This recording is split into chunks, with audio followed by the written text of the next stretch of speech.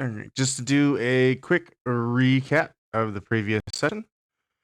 The group, your party, arrived at the edge of the Whispering Woods and started to press forward in search of a source of some extra strong, silk fibers that have recently surfaced. You were commissioned to go find where they were coming from.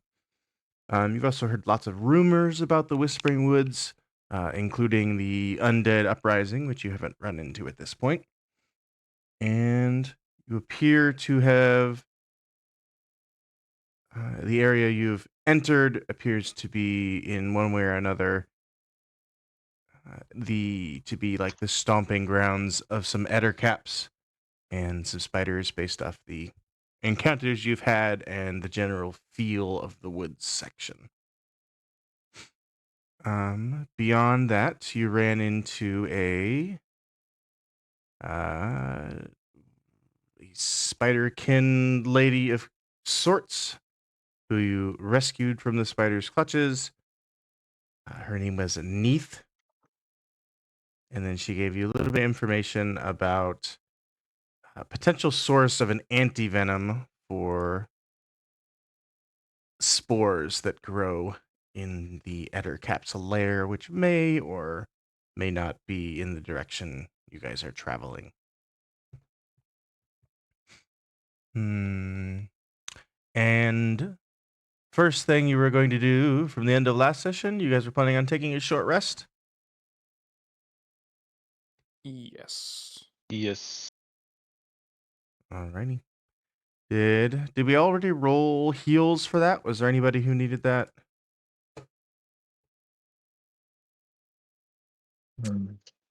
Looks like almost everybody, just missing a couple hit points.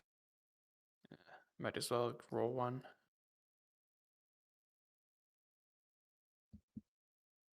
All right, that maxes me out. All right.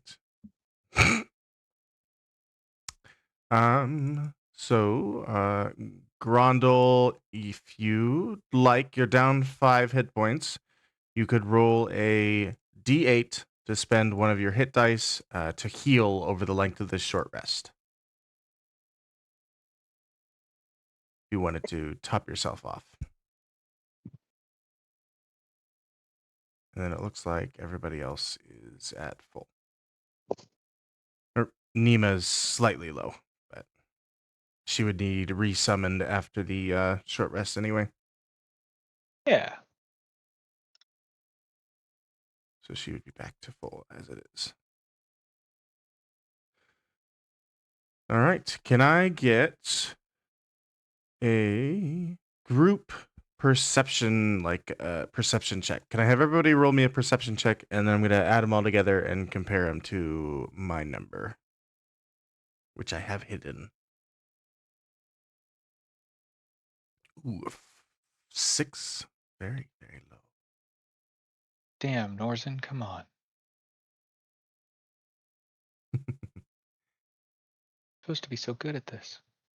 Technically, the number I rolled on my dice is bigger than the one that he rolled.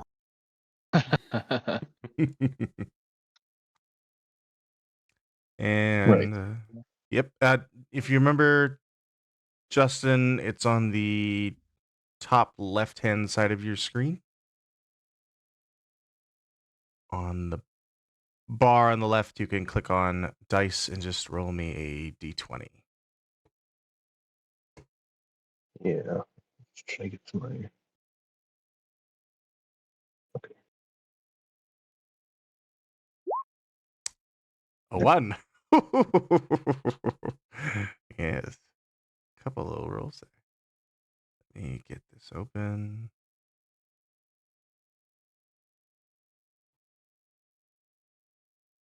You have a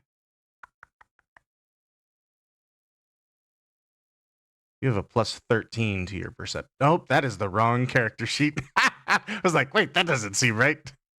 I was looking at Davey. I don't know why I had Davey there, but okay. Plus 4, so 5 total. Okay, so you guys did not meet my roll. So as you guys have, you kind of gather up close together. You'll kind of take an hour to wrap some bruises, maybe suck some venom out of your arm from one of the spiders or something like that. Observing the area around you. Well, at just over the hour mark, so you kind of like patching yourselves up. You're getting back up to continue on your quest in deeper into the forest. The ground beneath you begins to rumble and shake, and Norzen, directly underneath you, the purple wormling makes a second appearance, and it will blast through the dirt. Everybody, please roll for initiative. Rows of razor sharp teeth reach from the dirt towards your clawed and feathered feet.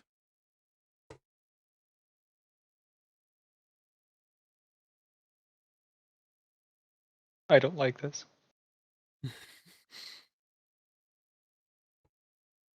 And unless you summoned Nima immediately, she would not be currently active. I mean, on your first turn, you're welcome to summon her. Okay. And we got a 13. Justin, what was your initiative modifier? +3. +3? Okay.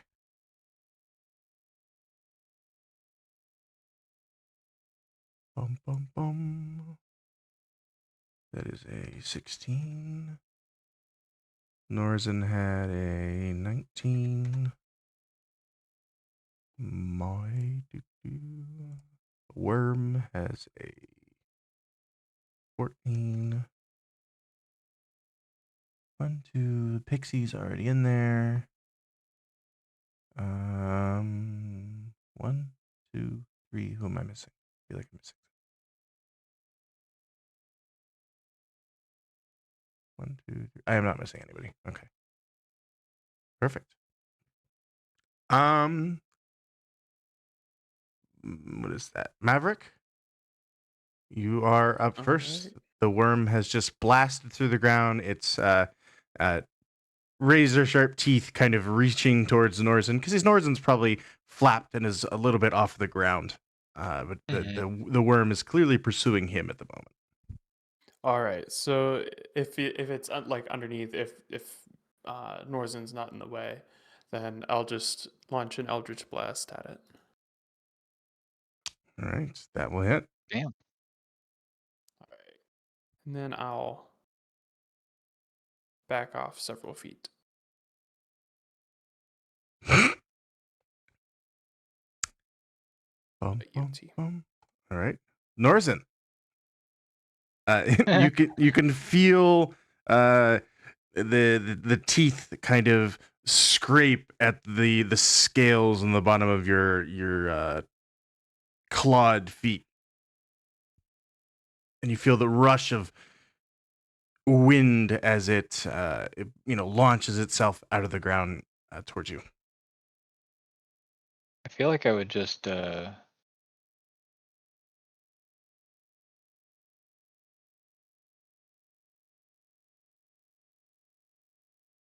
feel like I would kind of freak out a little. I'd try and smack him with my quarterstaff. All right, give it a whack. A 12 will miss. Can I bonus action shillelagh? I take that back. A 12 will hit. 12 is his armor class. I thought it was 14. It's 12. Excellent.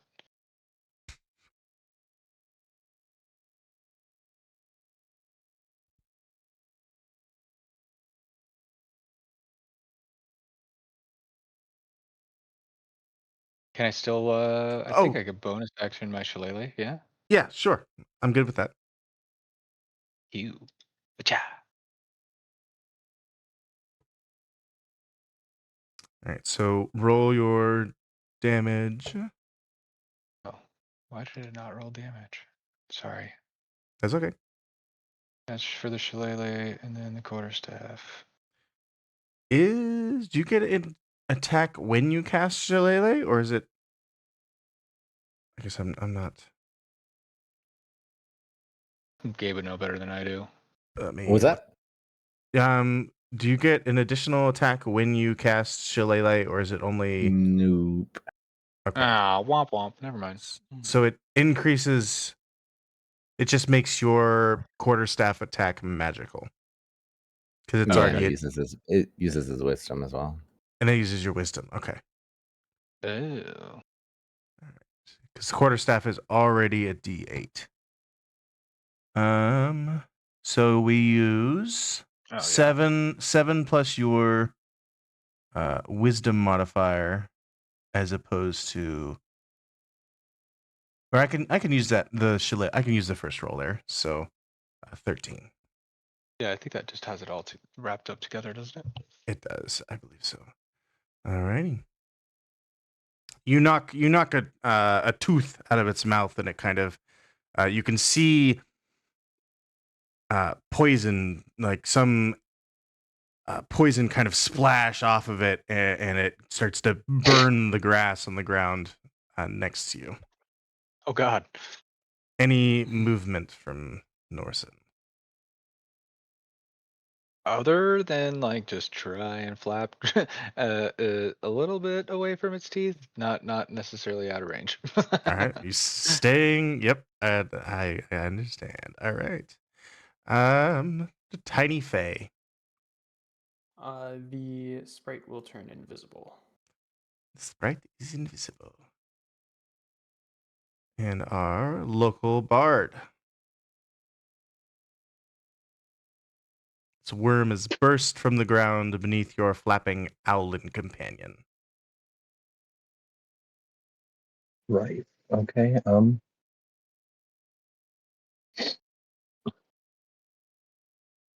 already reasonable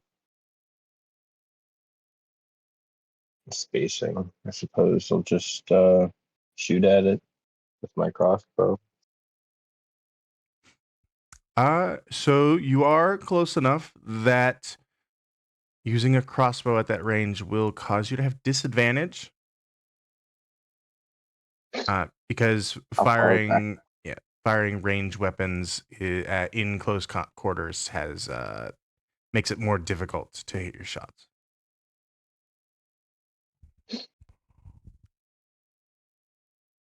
So what's So if you were to roll at disadvantage, you would roll 2d20, and then we would take the lower of the d20 rolls. So you could still hit. It just makes it more difficult. A melee attack wouldn't have disadvantage, but the crossbow attack would. then? Do I need? I'm gonna step forward here and swing with my flail. All right. Roll me that d20. And this is +3 for you. Ooh. So a 9 will miss. You step into you're now almost hugging this worm. It's probably 2 feet wide. It's not currently focused on you, but maybe a quarter of its body is sticking out of the dirt as it tries to leap into the air. So you're standing next to this tree trunk of a worm. And that was your action to attack. Any bonus action or additional movement from you? I don't think Other than I'm just gonna move some because now I'm a little too close. Alrighty. And it is the worm's turn. Oh,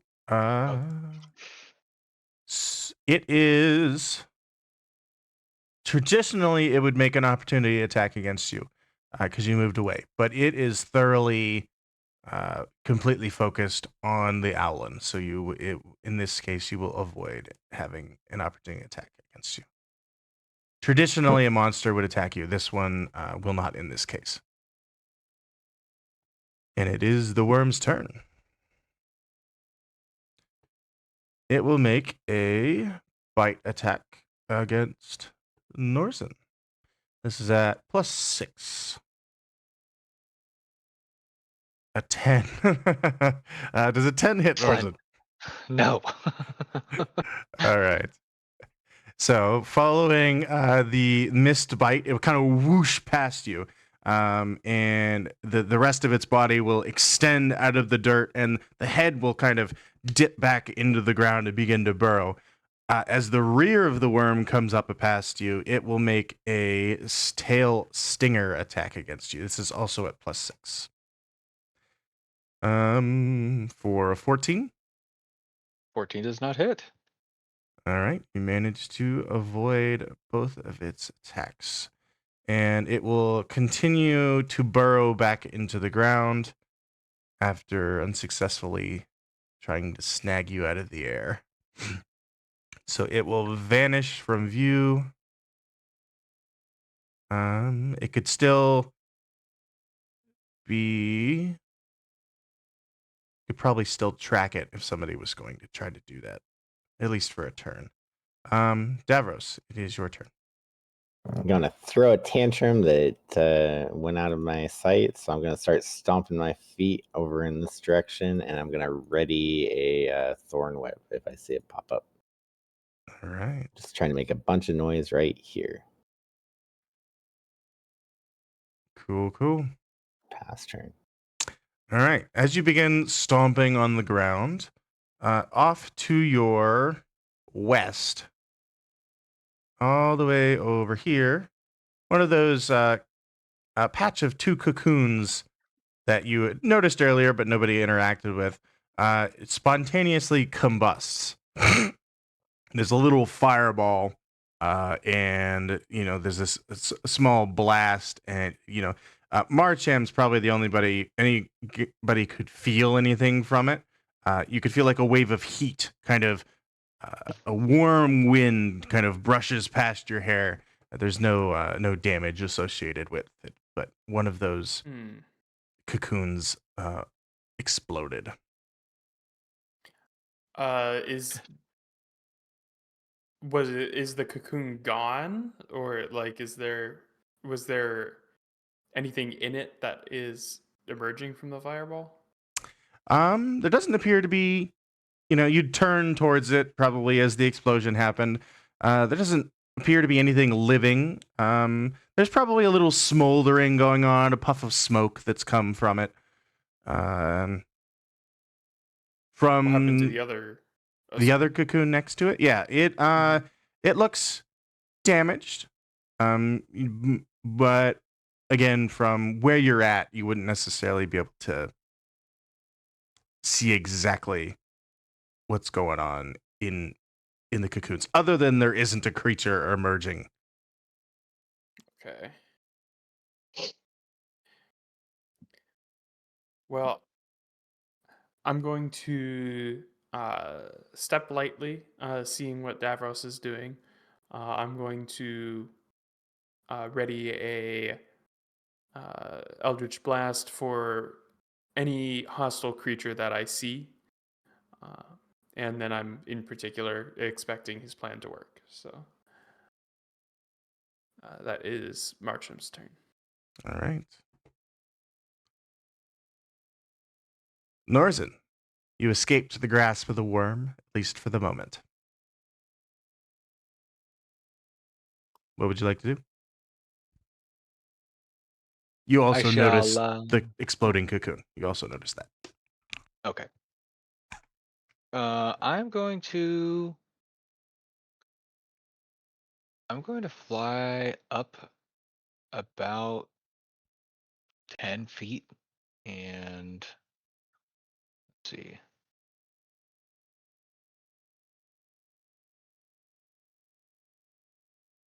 Probably about to there. Almost as if I was perched on one of these higher branches, or maybe middle branches. And I'm just going to try and keep an eye on Davros. And I don't think I'm going to ready an attack or anything. I'll just kind of observe for the time being. Alrighty. The pixie is currently invisible. What would you have it do? I'm going to send him towards the.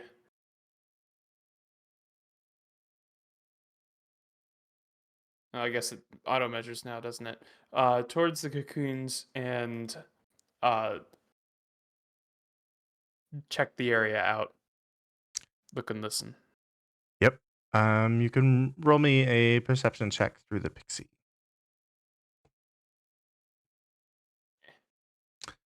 Not much good. Yeah, just the basic average stuff. Having gotten closer to it, the pixie is able to see that there is a peeking out through the. So the one cocoon is essentially completely, almost completely gone. Like the base of it is charred. There's some damage to the grass nearby. There doesn't seem to be like a forest fire spreading or anything like that. But the cocoon next to it has been damaged enough that you can see like the arm of a corpse has kind of wriggled itself. I don't know if wriggled is the right word. Has fallen, out. So you're able to see that there's somebody was cocooned in this cocoon, if you will.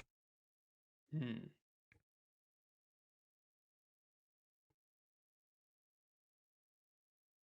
It's not moving, is it? No. Seeing as how this area is known for undead.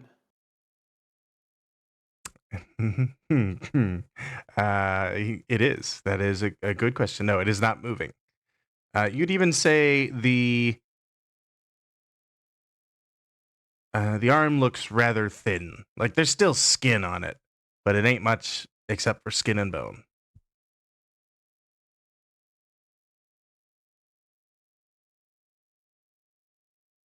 All right. Well, that's it for the sprite. All right. Grondel. You see Davros putting on a show, presumably trying to attract the worm's attention. You'll notice at least several of your companions are readying attacks to strike it should it appear a second time.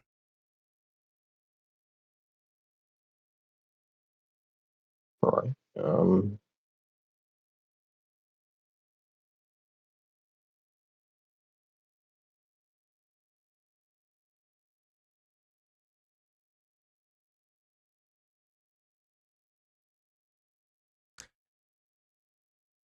So there's an action I guess I probably hadn't talked about with you, which is what a couple of the other characters are doing, which is when you spend your action on your turn to ready an action. And when you ready an action, what it does is it makes your reaction go off later that then causes you to do the stated thing you were going to do, such as casting a spell or making an attack roll or even movement, but only one of the three. And you have to decide which one that is before your turn is over.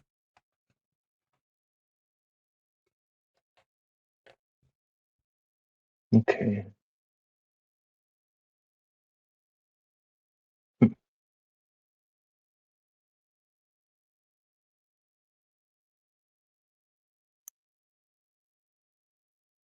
Well,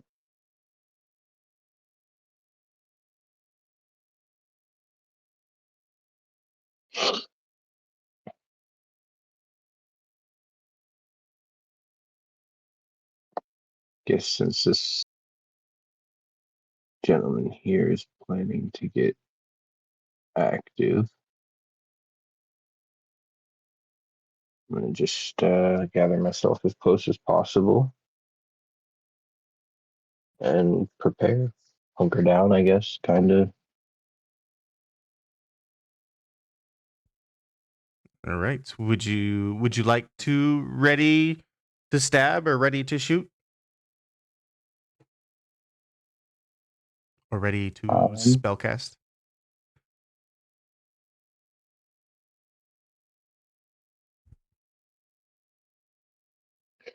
So when I do that, is it like locking in what I'm going to be doing, essentially? Yes, yeah, but it doesn't. It's so because it's a reaction. It'll happen if the trigger happens, which and presumably in this case it would be the worm shows up again. It spends your reaction, but then your next turn you get the full reset, and you're able to do whatever you'd like again.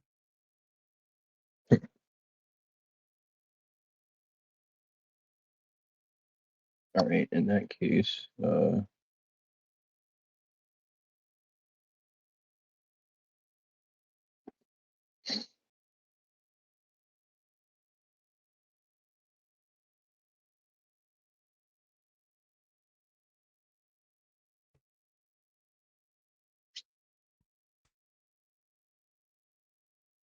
I will ready to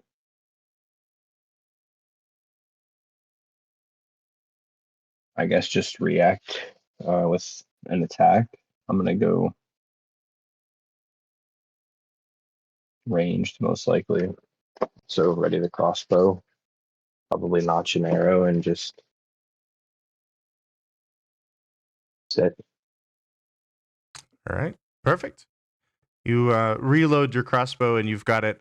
You know, you're kind of maybe you're like glancing at Davros because he's clearly trying to attract the worm's attention. You know you got your crossbow up and ready while you can see Marcham over there kind of juggling an ethereal orb between his hands as he's ready to blast away, and Davros has got this like viney whip, ready to lash out at anything that appears beneath his feet. So you are all in preparation. But your preparation is not wasted. As beneath Davros, the worm does indeed appear. All right. So from left to right, that's we can. Yep, Davros will miss with his thorn whip. Marcham can roll his Eldritch Blast, which will also miss. And then Grondel, you get to fire your crossbow.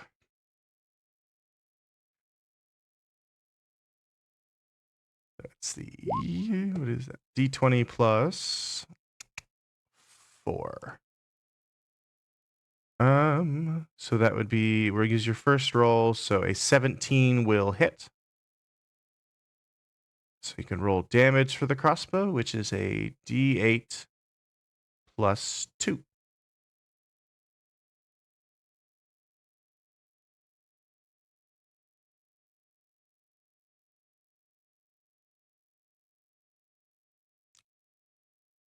And you should be able to find the D8 under the same dice section. Apologies, I didn't realize I was muted. I rolled it twice because I thought I was too close. Because it's right under him. So it as long as there is a empty space between you guys, between you and the target, then you will not have disadvantage. So it's only within if you are right next to the target. So your positioning worked out well enough that you did not have the disadvantage. Okay. So you hit, and we need the D8 for damage. There it is. So for 7. All right. And then it is still the worm's turn. So the worm is going to make a bite attack. This is at plus 6. Does an 11 hit, Davros? I punch him in the face, but nothing happens. All right, and the worm will remain on the surface this time. The whole of its worm kind of purplish hue coils onto the ground, and it will also make a stinger attack against you, which is a 13, Miss. which also misses. All right. The worm, against its better judgment, is still going to stay on the surface. You can't even eat a feeble old man. It the rows of teeth in its mouth, you can see them like kind of spin. They're meant for chomping and disintegrating anything that enters it. You can see like the spray of poison as it drips out of its maw. It is your turn. I will thorn up, I guess. Hey, there we go. That will hit. 2 damage. 2 damage. Get over here. I pull it close to my face. I go, and pass turn. All right. March it.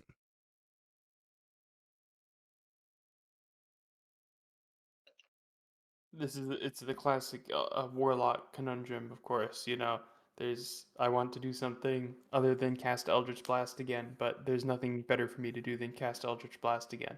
So I cast Eldritch Blast again, and I miss. No, That's a 12 hit. hits. 12 hits.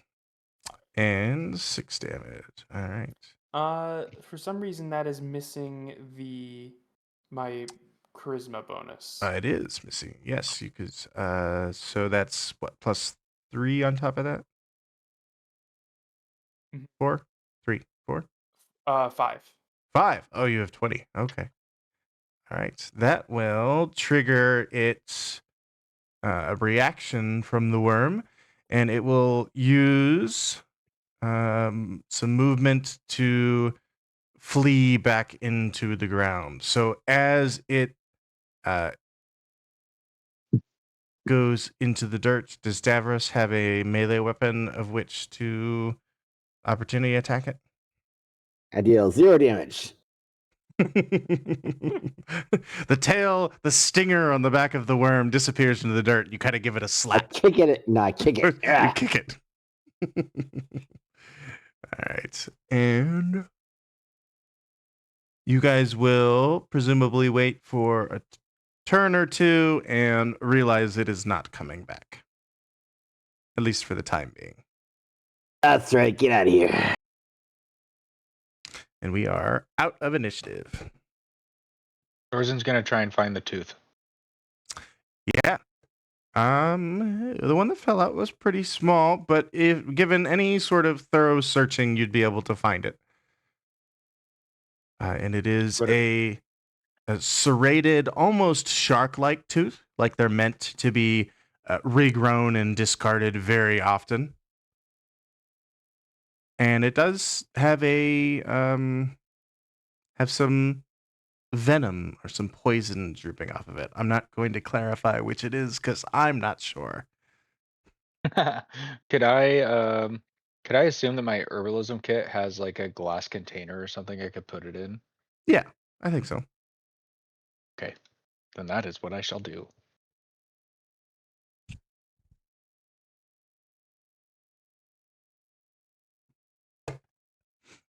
Alrighty. Sounds good. What would the group like to do following that ambush? Your directions are to continue to head north. Well, given that we keep getting ambushed, I think we should try to complete our mission as quickly as possible. It's fair. I agree. Alrighty. No corpse inspection from Marcham or the pixie. The one in the The one in the cocoon? Yes, just didn't want to. If you were considering looking at it, don't want you to forget about it. Um, I guess I hadn't really been thinking about it in any context except is this a threat? Got it. Yeah. All right, that's fine. We will move you to the new map. Bum bum bum. Layer, token layer.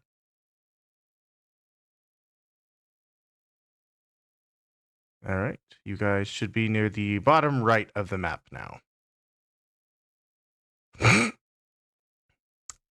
So as you continue north through the woods, the spider webbing continues.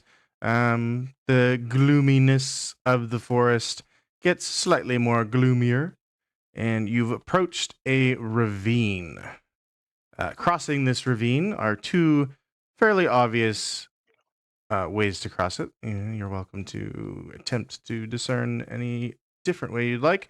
But there's a large tree that has fallen all the way across, as well as what appears to be a webbed walkway slash tunnel.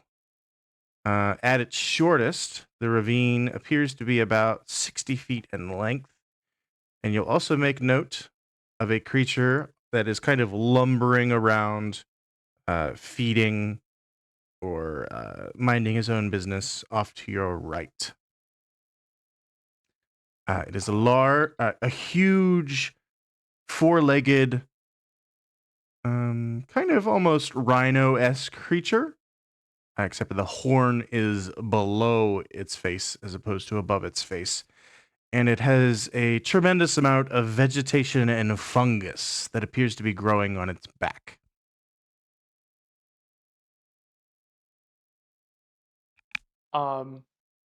Is it still night? Is it still night? Or I guess I had the impression that it was dark for the whole last session, and Yes, it would. I don't. Did I don't. I don't I remember can't if I see any of defined the a things time. that you're. Well, the Right, the distance is too far. yeah. Nor is it. If it is dark. Yeah, I I'm just think. like, can't you guys grow wings and fly? Yes, I do. That is true. Maybe Norzen is the only one who can see this creature currently. Oh. Everybody else would be able to hear it. I mean, maybe Davros can see like a piece of it. It is just I would just- outside your cone of vision, I guess. I would just mention to everybody that to keep an eye out in the general area, as Seems to there appears to be a massive horn poking through the branches and web. So it is on the ground, kind of lumbering about. It'll probably wiggle around and maybe come through your guys' sightlines for a second. So I'll throw it there for a moment.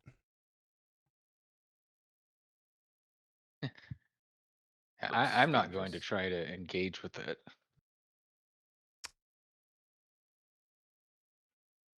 Did I somehow remove your night vision? No, it says you still have your night vision.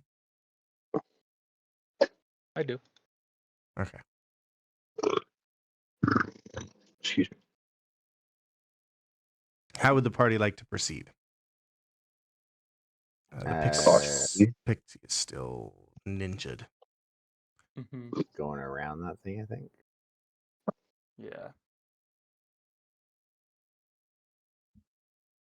You are welcome to move your tokens as you wish. As you get closer to the edge of the ravine, then you're able to actually see it, because I guess you couldn't see it previously. How far can I speak? How far can you speak? Generally, How close? yeah, you can speak generally about as far as you can see traditionally, and even shouting could go longer distances than that, depending on terrain and the like. Could I climb atop this rock?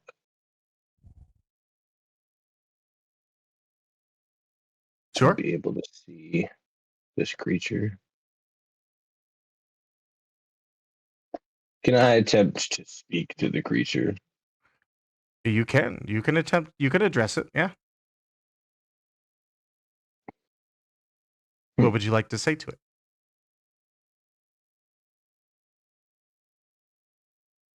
Yeah, what up, G? it? Yeah, pretty much. I guess I was just gonna say, hello. All right. Yeah. So you speak into the fairly quiet forest. You expressing your greetings to this lumbering hunk of uh, muscle and fungus. You'd probably catch some sort of reaction from it. Not one you deem in any way positive. Maybe it turns its head, or what presumably is its head with this tusk on it, kind of faces towards you, and it'll like lower it into the dirt and kind of like scrape and throw some dirt into the air, and it'll take like a step back when it does this. I'd be like, that doesn't look good. Yeah, definitely standoffish. Not sure what's. Oh, maybe we're encroaching. I bet that's what's up. Would you like to make a nature check?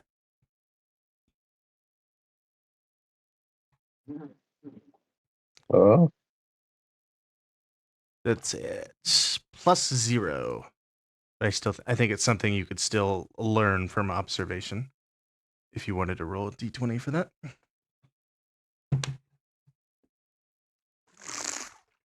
no harm in trying.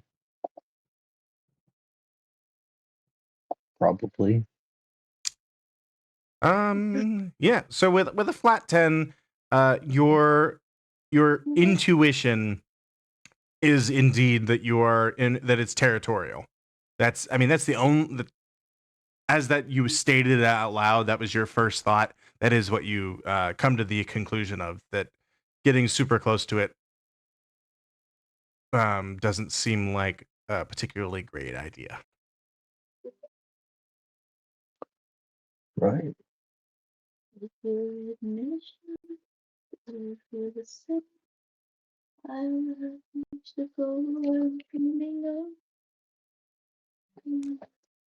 Well,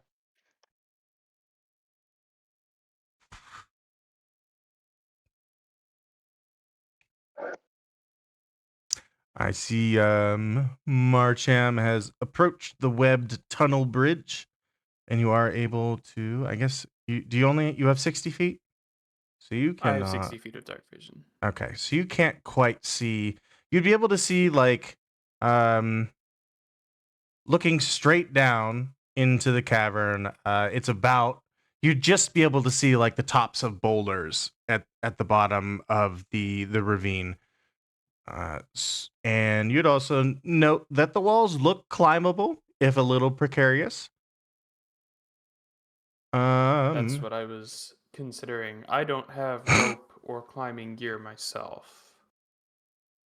And I don't believe any of our characters are physical adepts in any particular sense. So climbing might not be our best option. uh, so some other things that Norzan can see, because he has 120 feet. Um, he would be able to express to you that the web tunnel goes just beyond your field of vision, and from your spot, it's about 80 feet to if you were to cross right through the middle of the web tunnel. And then beyond the edge of there's like the ravine follows like this path here. So its shortest distance is indeed where this web goes, as well as where this tree crosses. And he'd also tell you that the floor of the ravine is just about 60 feet away. Maybe a little the web's more in some sticky. places. Do you play with the web? You touch it? I mean, I might pick up a stick or something and toss it onto the web. The web is now sticky because you have stuck a stick to it. Norzen suggests making the decision simple by burning the web up. So yeah, you throw a stick onto the web. You'll make note that not all of the strands appear to stick to it. So there's kind of it's more solid than the picture shows. Like Mhm. the base, the floor of this tunnel is very very thick, and it looks walkable. The stick kind of sticks in some places and bounces off other spots.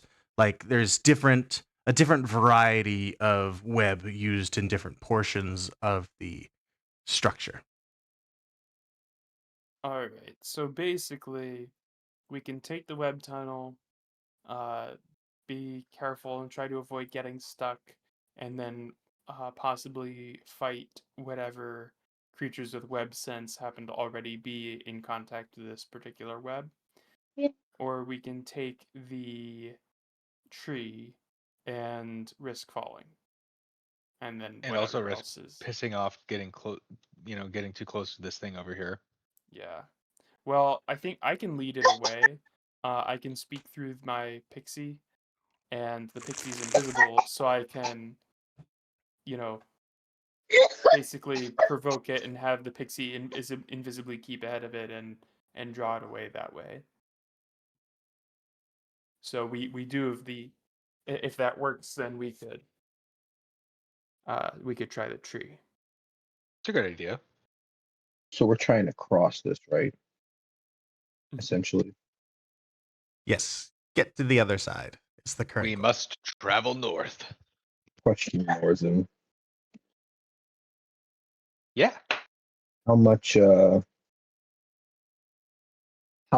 distance this small webbing path here on the right that's connected to the fallen tree, how much distance past, because I can see to about here, right? Oh yeah. How much distance after would I have to clear to get to the other side? I would say 35 feet.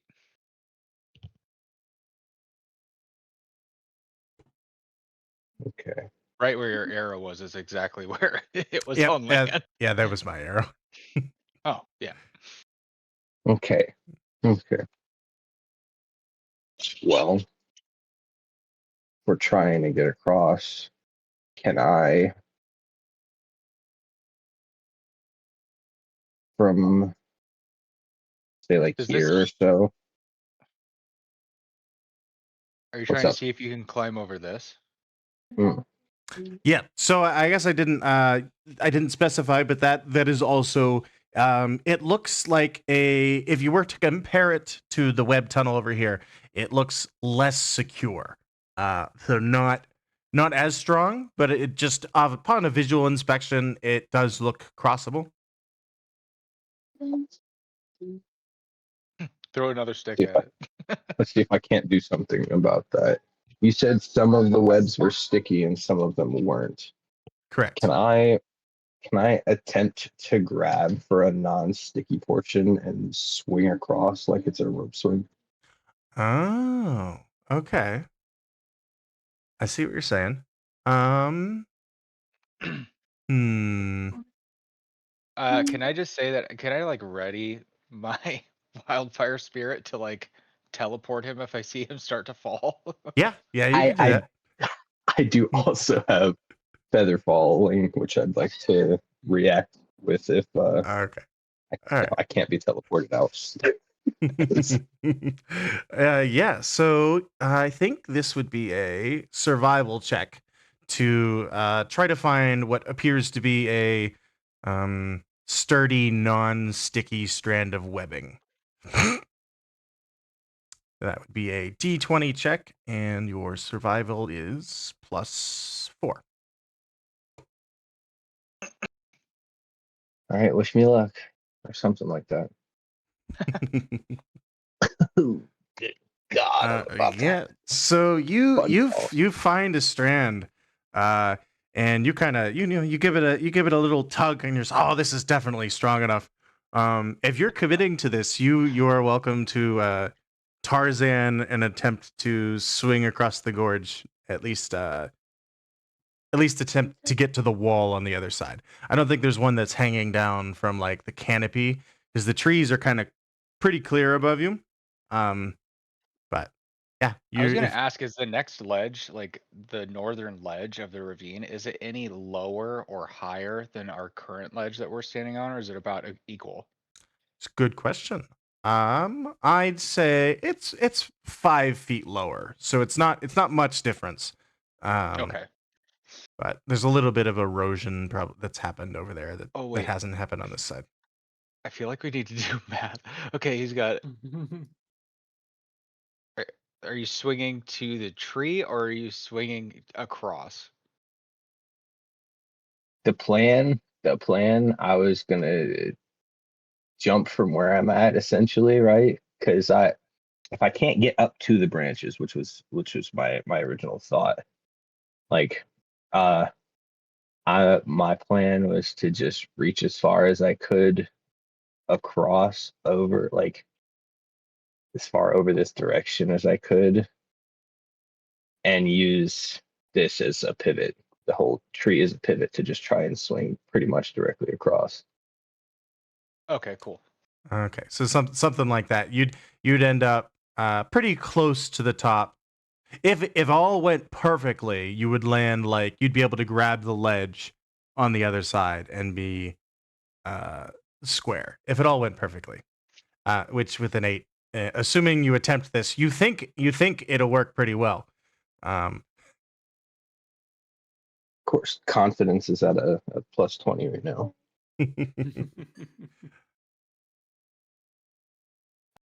Yeah, I mean, I've got no reason to believe this will go wrong. So All right. You grab a fistful of web and you kind of wrap your arms around it, and maybe you say something encouragingly dramatic as you jump off the edge. Uh, Geronimo, or see you on the other side. so, so yeah, you begin. You get a little bit of rotation. Uh, as you begin to fall. So you're kind of pulled towards the middle, probably something like this. Before the web above you is visibly not holding your weight and begins to stretch and snap as you start to fall. So you would have gotten about, we'll say, 15 feet down the cliff, which would leave you, no, we'll call it 20 feet. 20 feet down the cliff, which would lead, I mean, it's still kind of all in free fall. But yeah, so whoever would uh, think to spend their reaction first is welcome to do so. So if Featherfall, if you think you'd Featherfall faster, then Norzen would attempt to teleport you. Or we could have a roll off to see which would happen first if you'd like. Oh shit, I love this.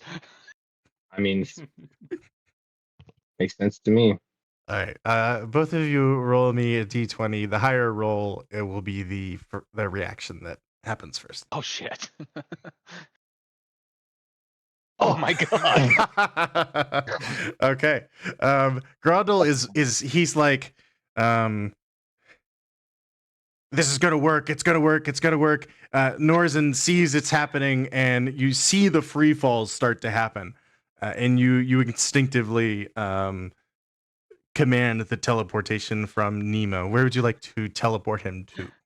What's the distance on that? I think it's only 15 feet. Uh but Okay. yeah. Yeah, it's 15 feet. That's excellent. Okay, could I get up onto like onto this branch right here by chance? He would be 20 feet Oh, vertically down. down into the gorge. So you would I think If your first How about this? instinct is teleport him up, you're going to make him fall further, but that's okay. I don't like that. What about I mean, one of these like Yeah, you're attempting to ledges or teleport something, him to the wall. Sure, yeah. Yeah. All right. Okay. We will Grundle, as you begin to free fall, you've noticed the free fall. This burst of like a flaming bird kind of appears on your shoulder, and the two of you vanish into thin air before being shunted over next to the wall. So now you're still in free fall, but you're doing it next to the wall. And if you'd like, your reaction would go off now if you wanted it to. All right. Cool. So I guess in that case, So feather fall. Falling creatures' rate of descent slows to 60 feet per round. You take no damage from fall damage if you land before the spell ends. So yeah, you I counter spell. counter Not spell. even Yeah, so you're next to the ravine wall. Nima kind of disappears above you as she's flapping there after your teleport, and you. I don't know. Would you sing a tune? Would you snap your fingers to what would be your activation criteria for Featherfall as you prevent yourself from splatting on the floor of the ravine?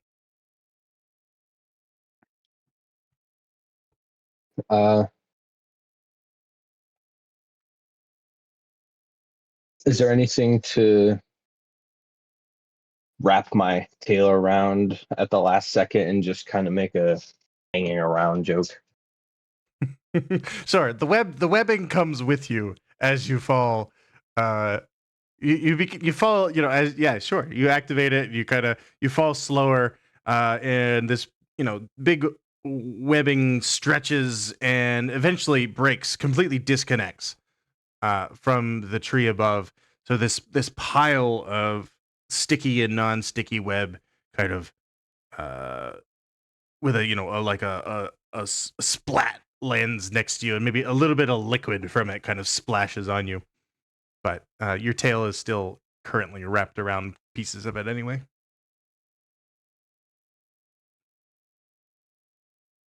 But none of it is still attached to the tree above. Thanks for the assist.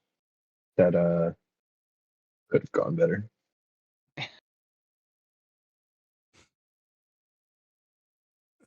Sodar. Marchim, what's your passive perception?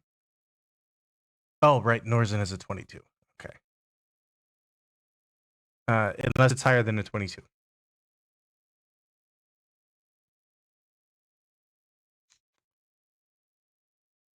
All right. Norzen is flying over the void. Grundle has alighted on the bottom of the ravine and noticed by, at least by Norzen would be the only one who could see. No, you would not see that yet. I apologize. Yeah, okay. Grundle's on the bottom of the ravine. Norzen's floating. The other two of you are still waiting on the earlier side of the ravine. What's next from the group? I'm gonna just try to go along the good strands over here. The good strands. I At guess, regular act as walking Overwatch. pace? Making slow attempts. Slow attempts. That sounds like a good idea to me. Yeah, if you move at half speed, you are able to successfully determine the sticky from the non-sticky. The whole, I will say, because you were traversing it, you'll get to about 3/4 of the way across before something exciting happens. The whole mess kind of bobs up and down a little bit. Your feet, sink into the webbing a little. but you're not like being restrained as of this moment. As you make it about 3/4 of the way across, emerging from the confines of the webbing, some giant wolf spiders appear in your peripheral. At the same time, several will have popped up from the other side, and a couple more are crawling up through the webbing on the cavern on this side. Roll for initiative. And I also forgot, don't forget to roll d4 as well, guys. That's right. Get an additional d4.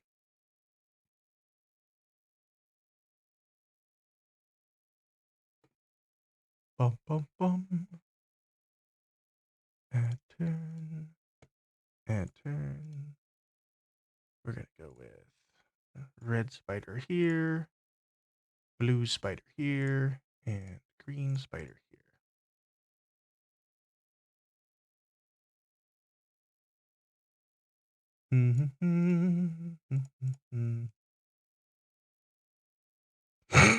Red, blue, green. Red, blue, green. I guess they might change orders.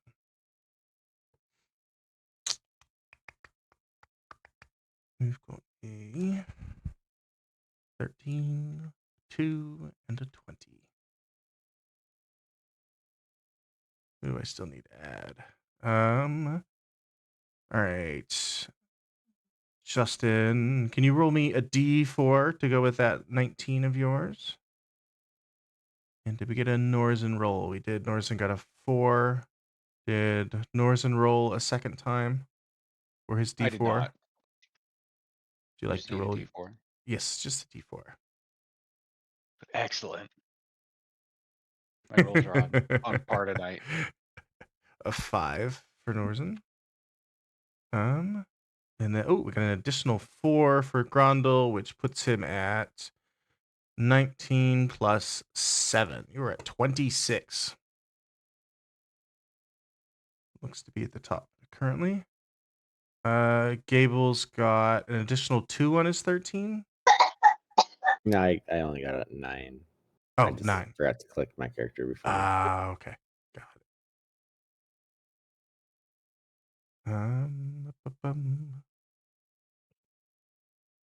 And then Maverick, both of yours are on there. Mm-hmm. Good. Think 1, 2, 3, 4. All right, we're good to go. Yeah.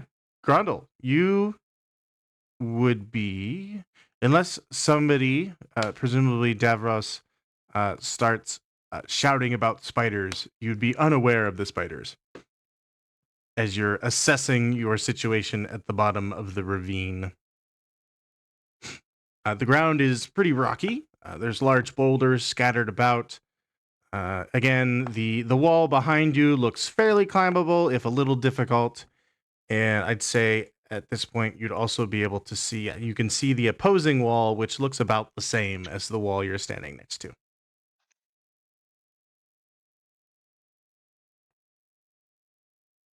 Well, I guess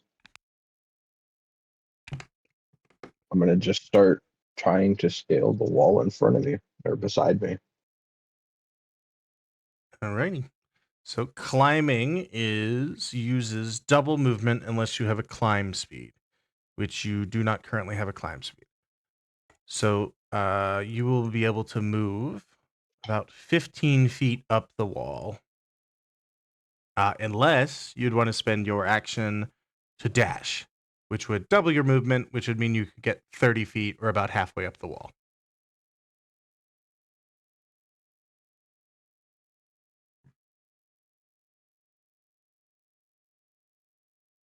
If you'd like. Yeah, I guess I'll dash up the wall. Alrighty. You're successfully able to climb halfway up the wall without having to succeed on any sort of check.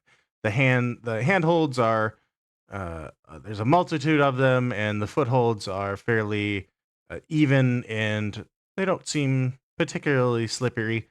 But as you get to the 30-foot points, you notice the grips are getting a little harder. So if you continue to attempt to climb on your next turn, it will require a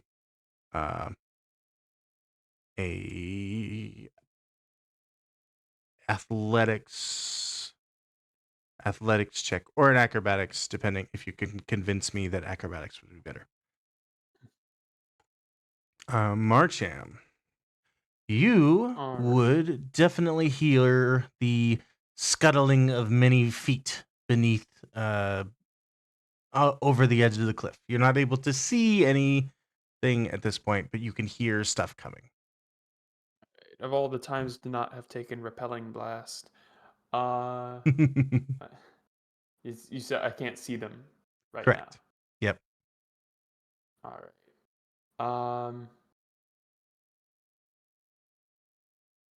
Well, I also then wouldn't know how many there are. So, and I can't see anything over by Davros, right? Right. I do believe it is outside of your. I mean, you could see Davros himself, but beyond him, you are not able to see. All right. Well, I guess what I'll do is I will back away, and then I will ready an Eldritch Blast to hit the first hostile creature that I see. Alrighty. All right. So I got my green spiders. So climbing up from the webbing, up from the walls of the ravine, Davros, you will get not quite swarmed, but at least mildly surrounded by these large wolf spiders that have presumably they traverse this web frequently. So I'm going to make 3 attacks. These are all at +4. That is a 19 and a 23. Yeah. 2 hits then. All right. 2 hits with a. This will be 2d6 plus 2 piercing. So 7 piercing damage, and then I need 2 Constitution saving throws from you. Success and a fail. So you will take half of 9. You will take 4 poison damage, and then you will take full damage at 12.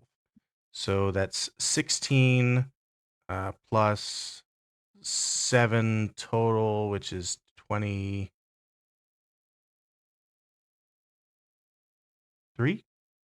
16 plus 7. Yeah, I 23. was already doing it as you were telling me.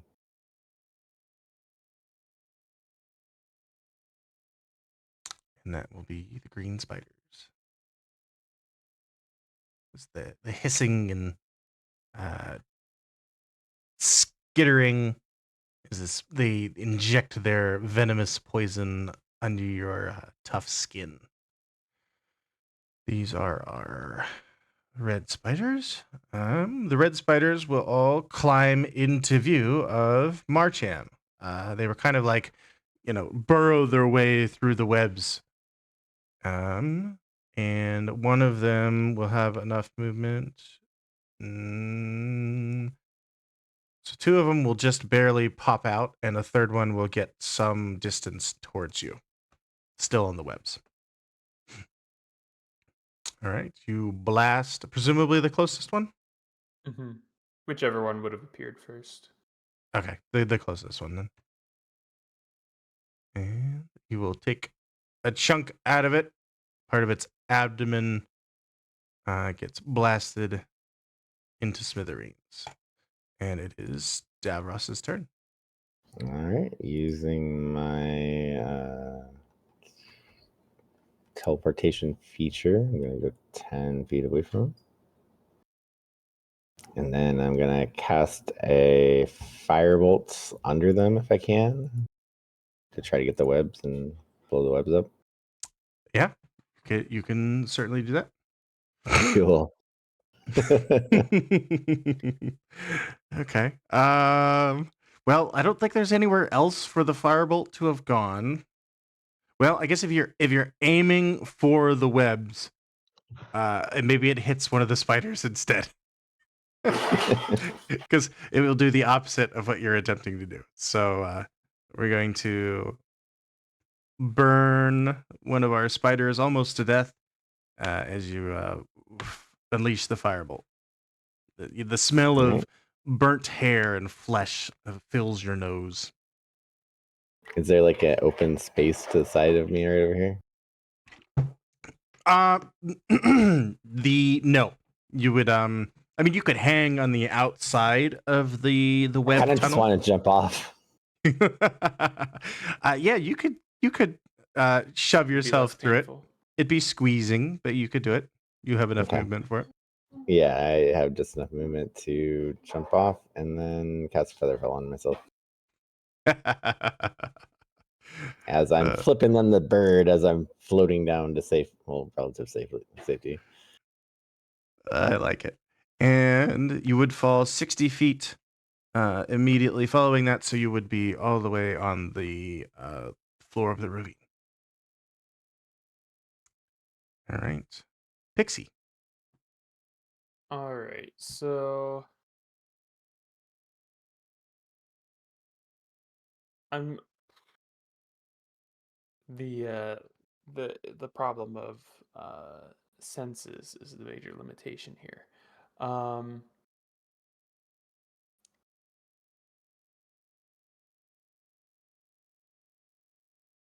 don't think I can have it do anything especially useful, so I'm gonna have it.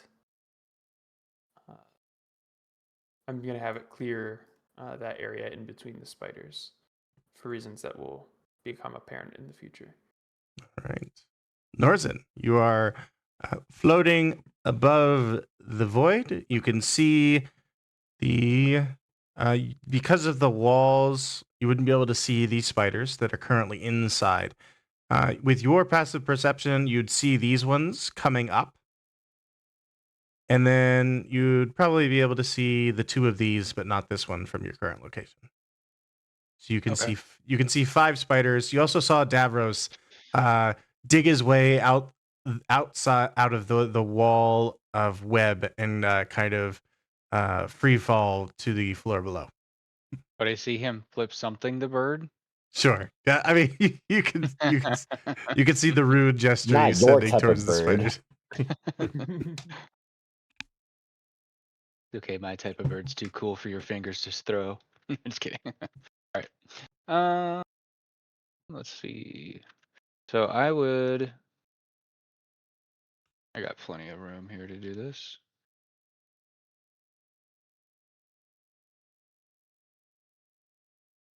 I'm going to Scorching Ray, Ooh. the one that is closest to Marcham.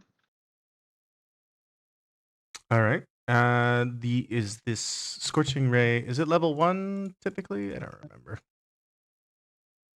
It's a level Actually, 2 spell. It's level 2. Yeah, Okay. no, I don't want to do that. Actually, now I'm thinking about it. I don't want to burn that. Let me see. Okay, yeah. The level 2 you Not get worth it, Marcham. you get 3 targets, so you would be able to. But yeah, you're welcome to not do that, of course. I guess.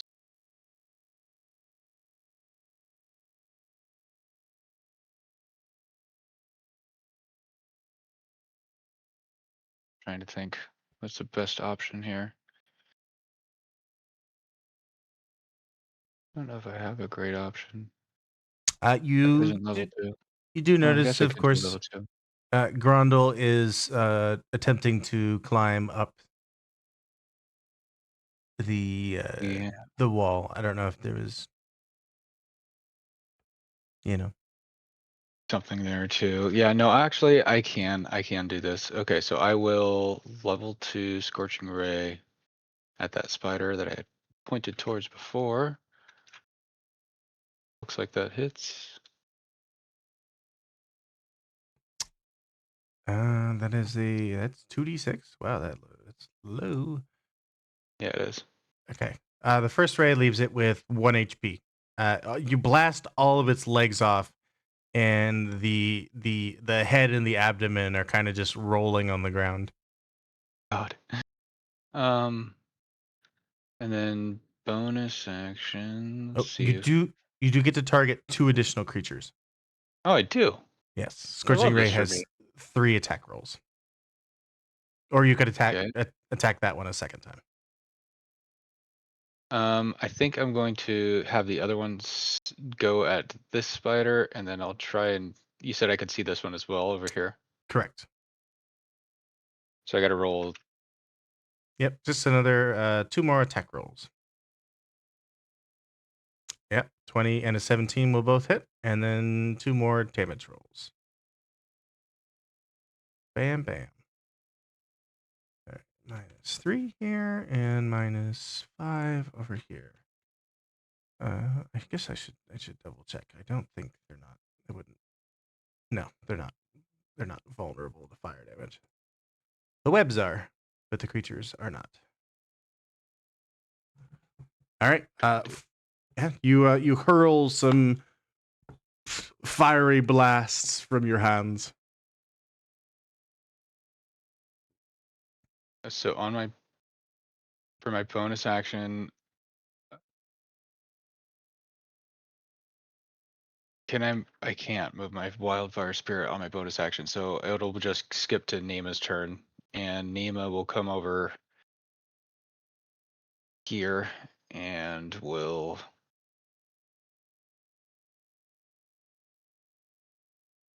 flame seed. Pacha! Yep, that'll that's a crit. Jesus. All right, here we go. All right, so It's just embarrassing. Well, it's because of the crit. It's max damage plus the reroll, so that will be enough to consume the spider in fire.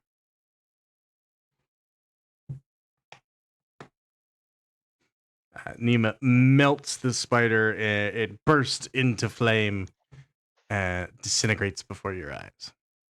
I love this. Okay, and that'll be Norsen. We're good.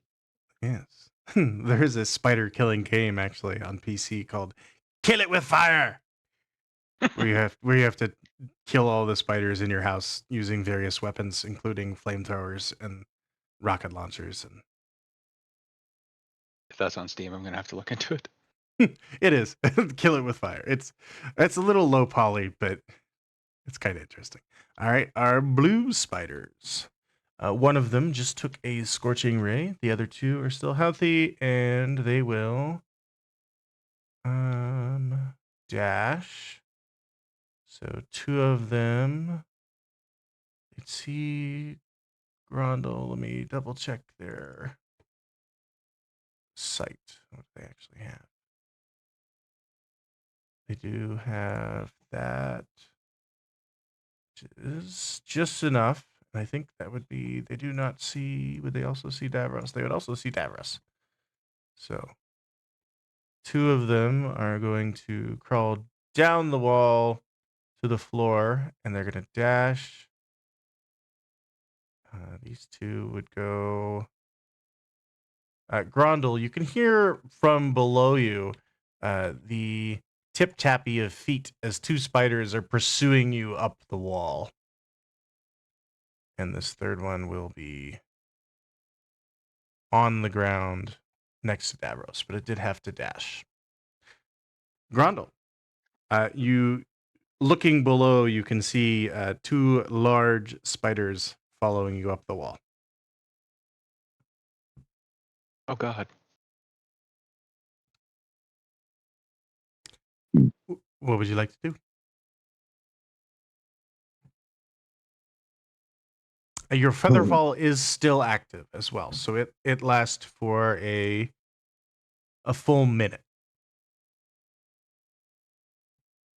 So fall damage is until you touch the ground. Yeah. Oh, is it until you touch? Oh, never mind. Okay, Yeah.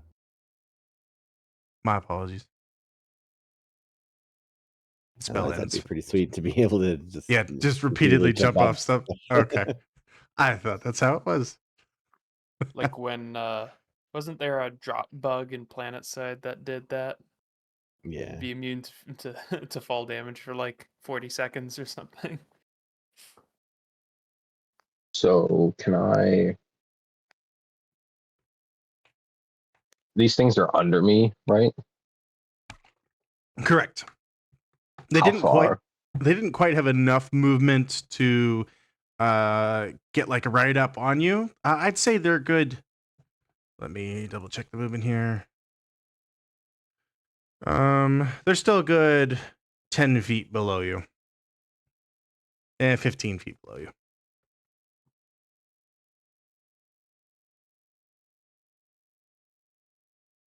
And it again, if you continue to climb, it would be your full movement plus your action, and then you'd be at the top. But I would require a check to not fall off the wall. Can I?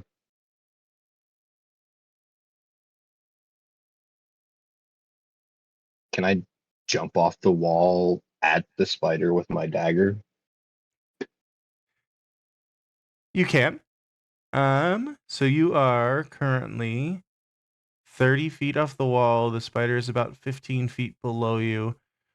So what we would do is you would make your attack roll. If your attack roll hits, then I could rule that you would land on top of the spider, which would cause you both to fall, and then I would reduce your fall damage because of the. I mean, it probably wouldn't be a softer landing, but I'm going to rule it as a softer landing. So if you'd like to jump off the wall and attempt to stab and land on one of these spiders on the way down, you're welcome to do so. Then down smash we shall. Cinematic.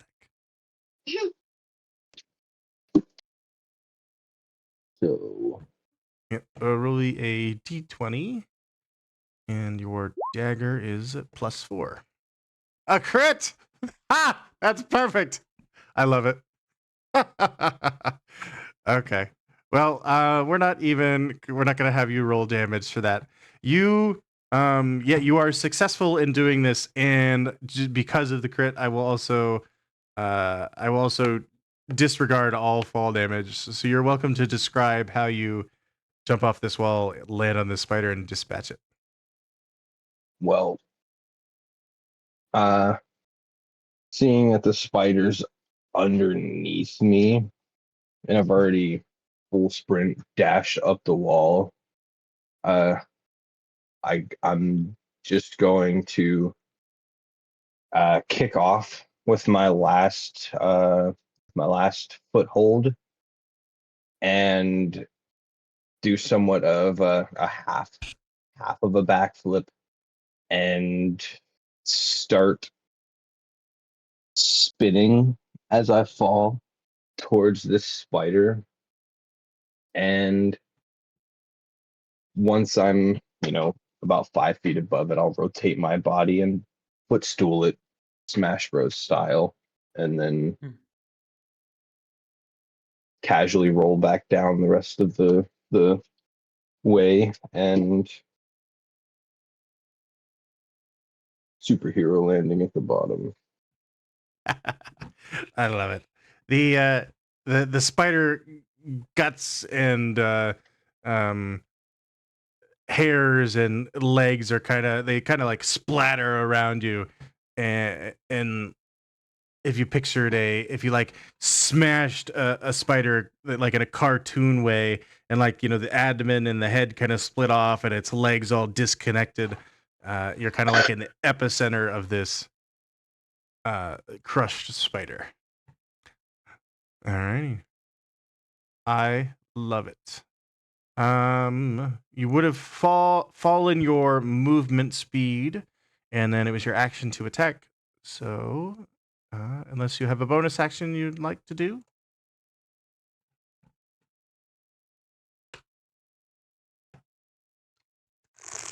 Um,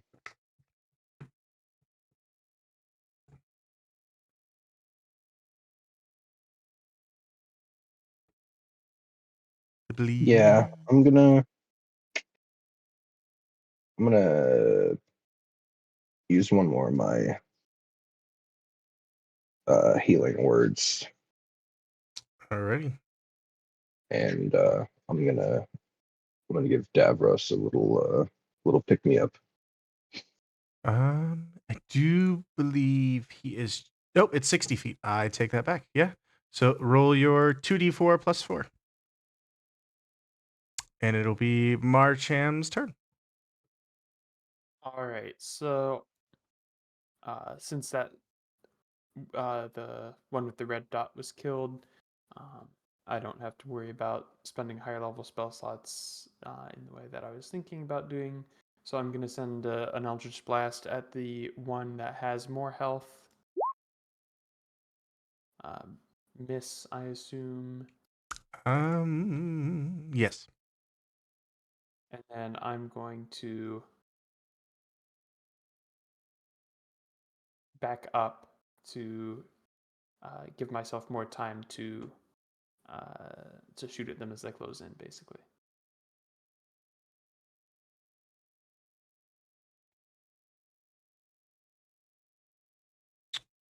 Boom, boom, boom. Alrighty. It is Green Spider's turn. They are not going to leap off the webbing. So these three will backtrack and go down the wall of the cavern, which they will have to dash to do, and it will put them right at the edge. And they all, Davros still seems to have all of those three's attention, as well as the fourth one that has joined you. And then we've got the red spiders, of which this one is pursuing. And it has just enough movement to not have to dash. This one will have to dash. So this is at +4, a 13 on Marcham. Does a 13 hit?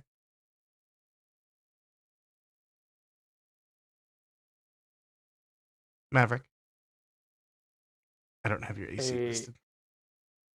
Oh, I thought it was on token. I have AC 14. 14. Okay, it misses then. All right. You have two spiders that have pursued you. And we're on to. Oh, that was. Did I do the green? I did the green, did the red. Davros. You have one spider all up in your face and three additional ones who are pursuing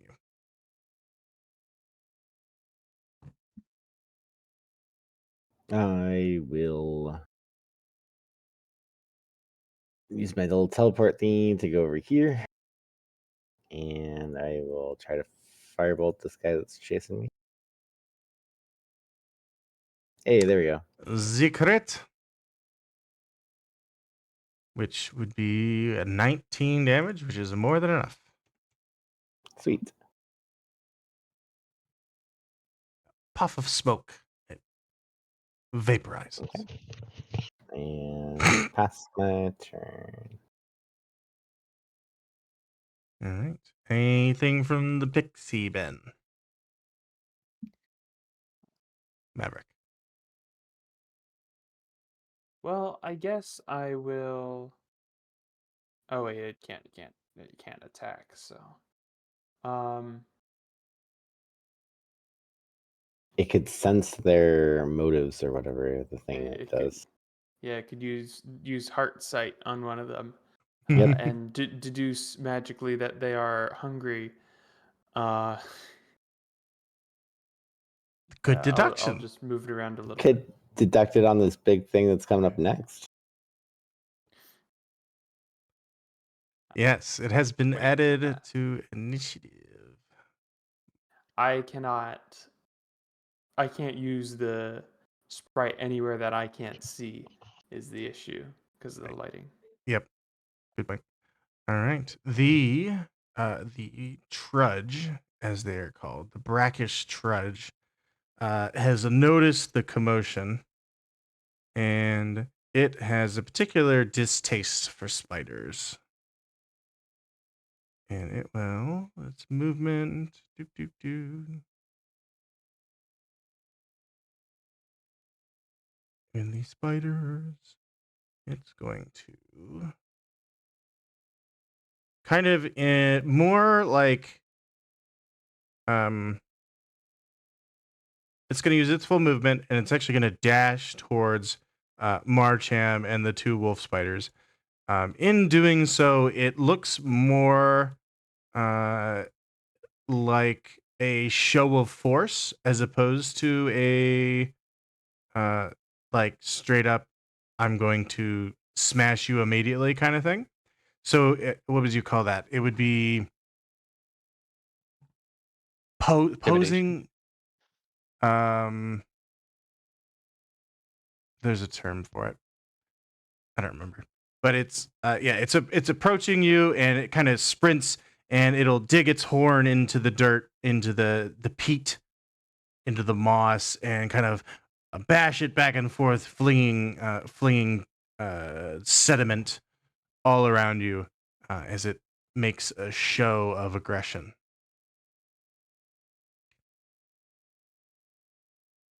And then it will be Norzen's turn. All right.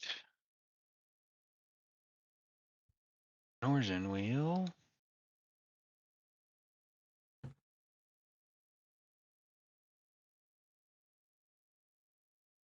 Do.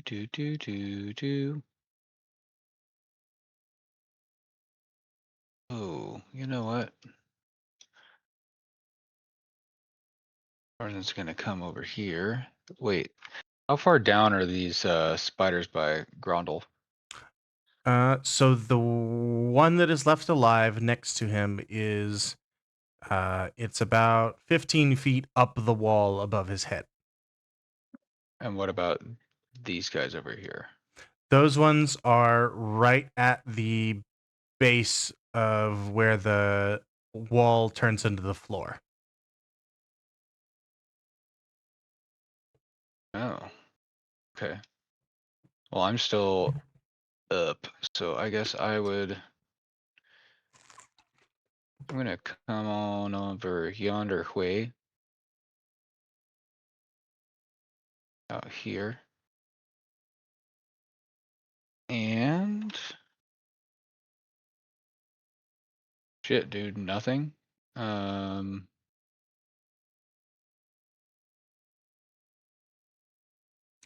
Yeah, so you see the trudge kind of showboating or using scare tactics. You can see him flailing his tusk in the dirt.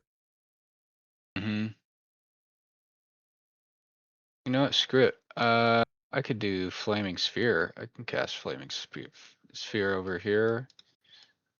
Basically, trying to get both these guys with it. Yep. It's dex saves.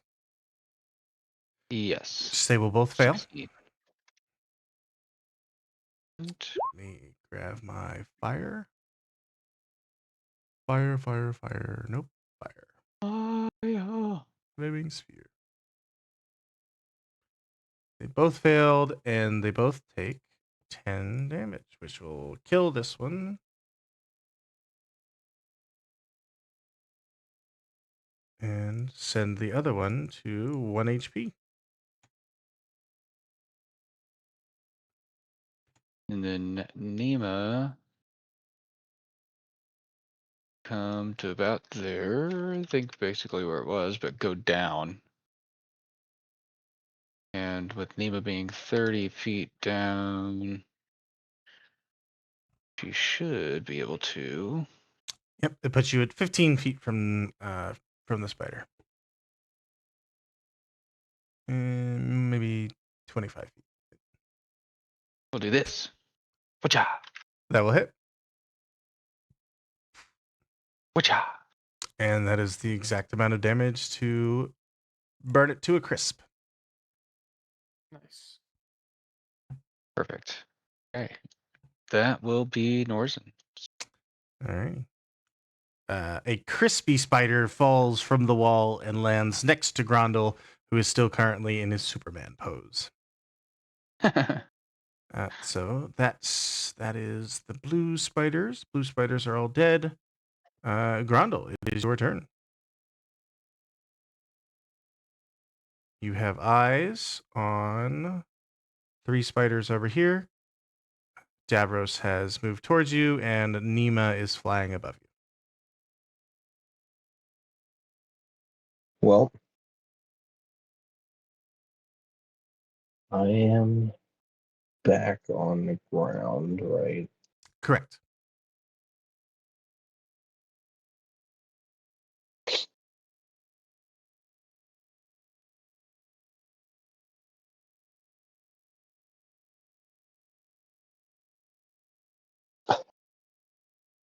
I guess I'll just start dashing up the wall again. Alrighty. You will, again, without any trouble, make it halfway up the wall.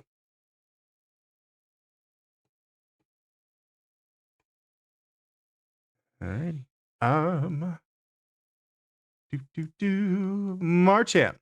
A flaming sphere has given you a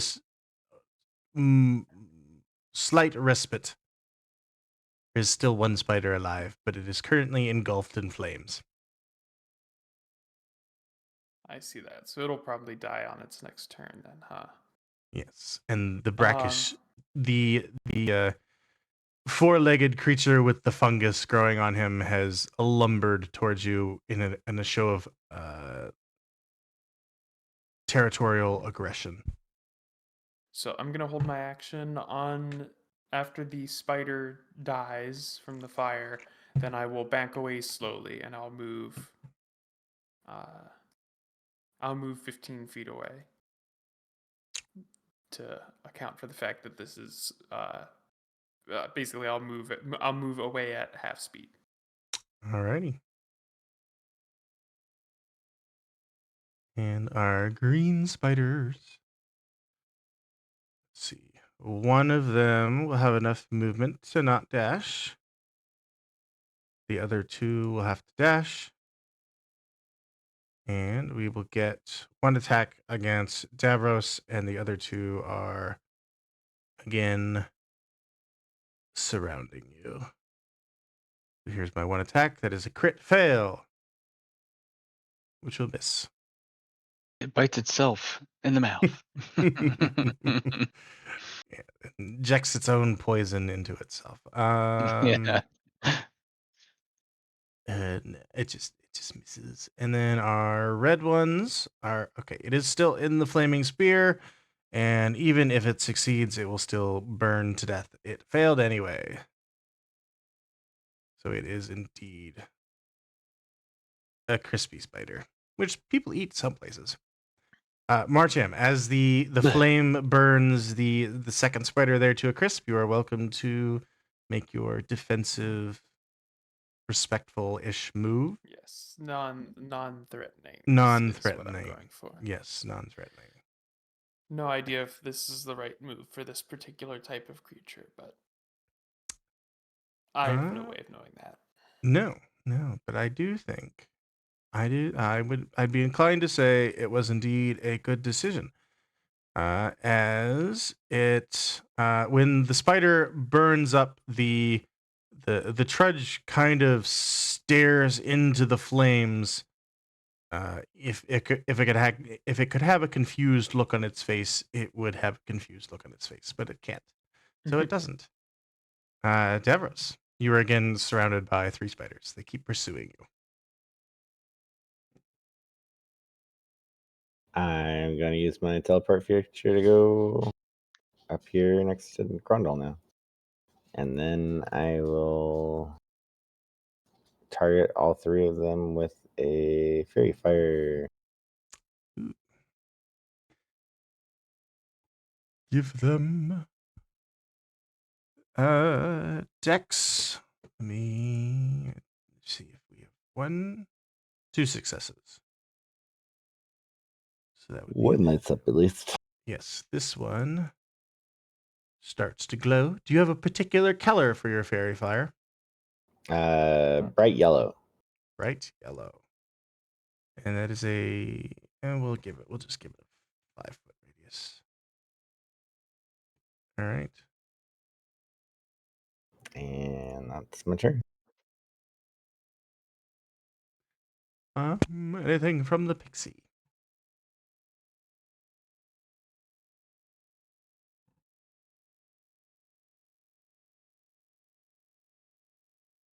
Any pixie shenanigans, Maverick? There's really not much for him to do. Um, there's not really anything for him to do that I can actually have him do, given the darkness. So he'll just stay where he is. Alrighty.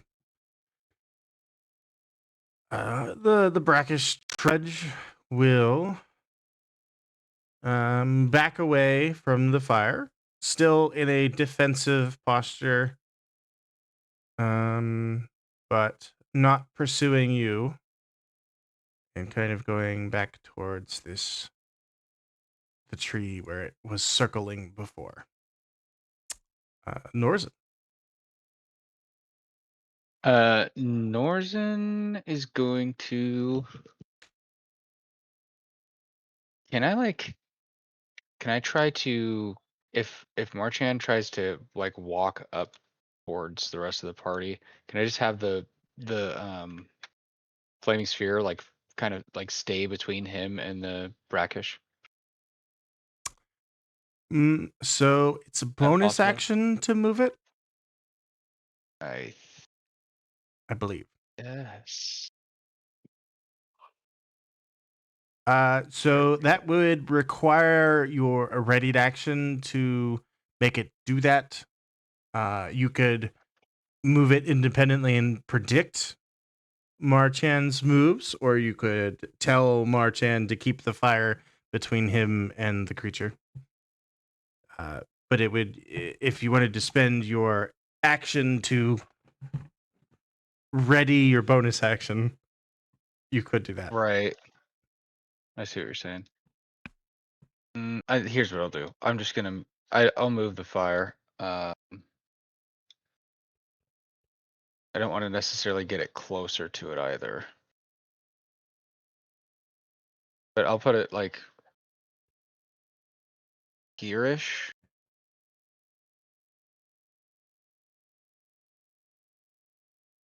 There we go. That's good. And I will move myself. You'll notice one of the spiders is glowing bright yellow. I'm gonna hover above the spiders. So I'm just that guy.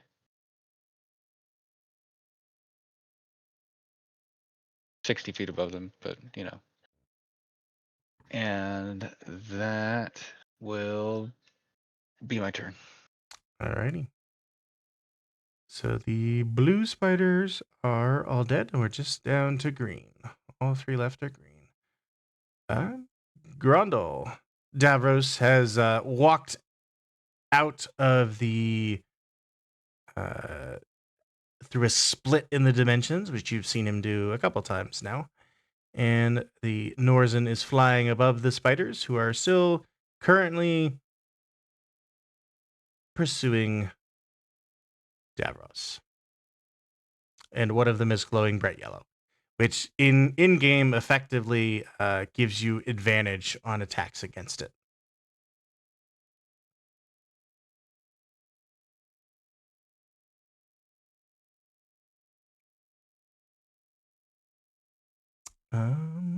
Justin, you are currently muted. Just thinking, my bad. It's all good.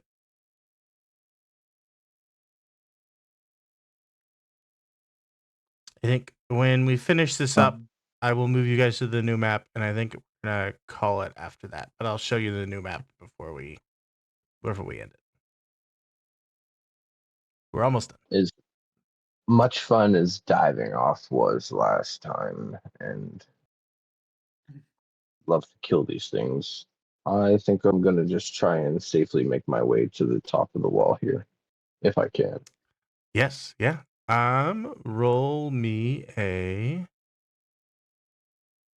It'll be a athletics check. Unless you can describe to me a good way you'd be able to. No, I take it back. I think acrobatics does still make sense. So, roll me an acrobatics check, which for you is a +3 on your d20 roll.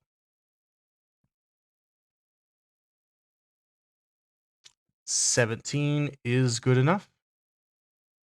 You managed to find all your handholds and footholds without much problem, and you will be able to, assuming you dash, be able to reach the top of the cliff.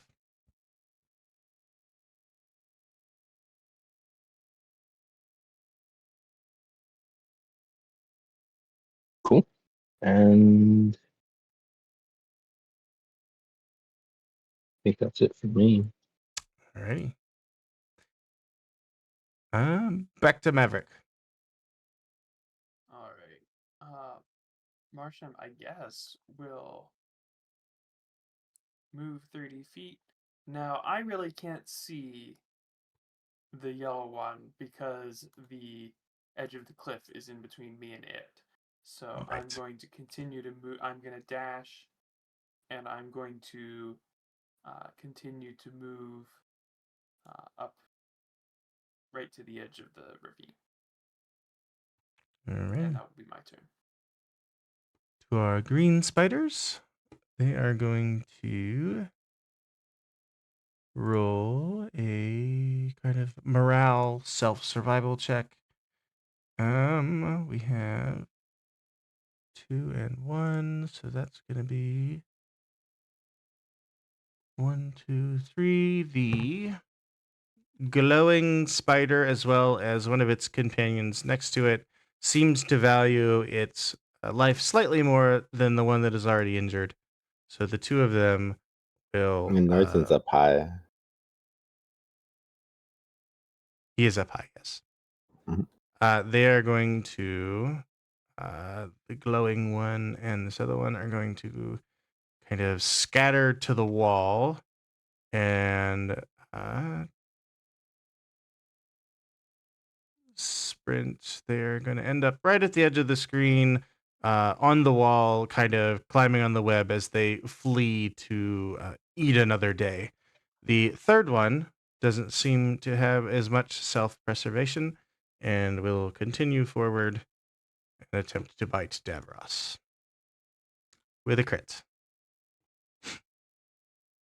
Okay. My crit here. Yes, you will also fail the Constitution saving throw. Oh, that one was for the fairy fire. Oh, that was for the fairy fire. Okay. Right. I will need a second Constitution save for the poison then, which will fail. So we're gonna end up with 7 plus 12 for 19, plus an additional 5 for 24, and 8 poison on top of that. All right. So I if go unconscious. if you're reduced to 0 hit points by this poison, you are paralyzed while also incapacitated, which doesn't really change a whole lot. But Grondel, and can Marcham see that far? He can, Yes. and Norzen. All three of you are able to see this lonely spider who is, currently falling apart, kind of scuttle up to Davros, and it kind of like leans its body weight into Davros, sinking its fangs deep into his body, and Davros collapses beneath uh, the the poison as it seeps into his bloodstream. I need I guess that would make it Davros's turn, and we would need a death saving throw. Is the duh, duh, duh, poison reduces hard to 0. Oh, no, I take that back. You are stable. So the target is stable but poisoned, and you are paralyzed while poisoned in this way. So you are stable. You do not need a death saving throw.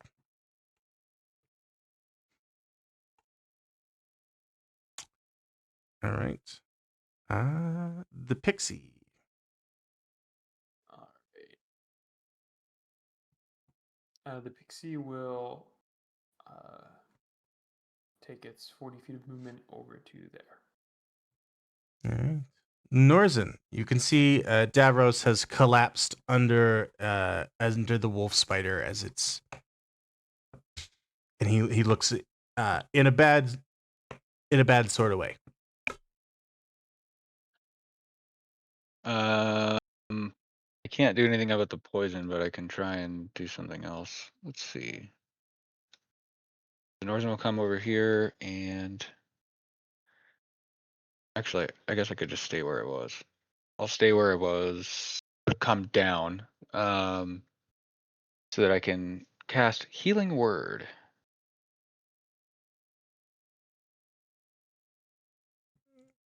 Roll away. Got 6 healing. Davros is now conscious, but still poisoned, and you will remain poisoned for an hour. And I will have Nima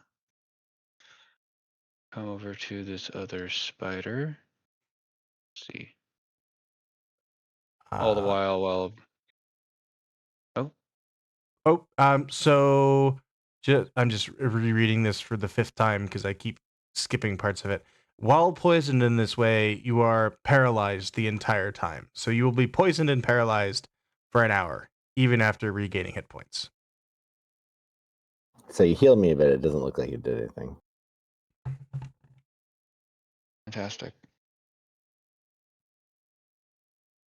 Okay, well, Nemo will come in where she can and do what Nima does best. Light things on fire. She likes to light things on fire. She's very good at that. Where the heck did her stuff go? There it is. Okay. So, watcha. That will hit. I'm not sure Nima Watcha. misses. I don't think Nima even misses. 4 damage is enough. It has 3 HP. Yeah. So that will. The 2 spiders in the distance will continue running away, and we will clear combat. Yay.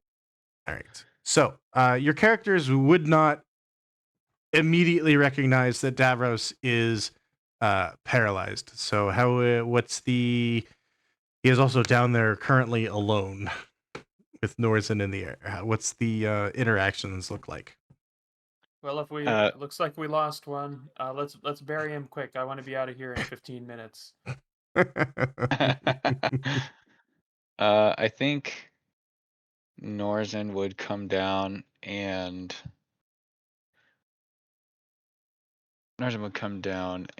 actually cure wounds.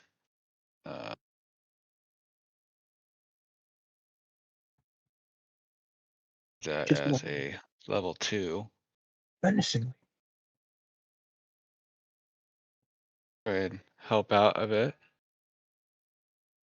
All right. You so getting that close to Davros, you can see he's breathing. uh and his eyeballs are able to move, but the rest of his body is unresponsive. Yeah, that does pose a problem.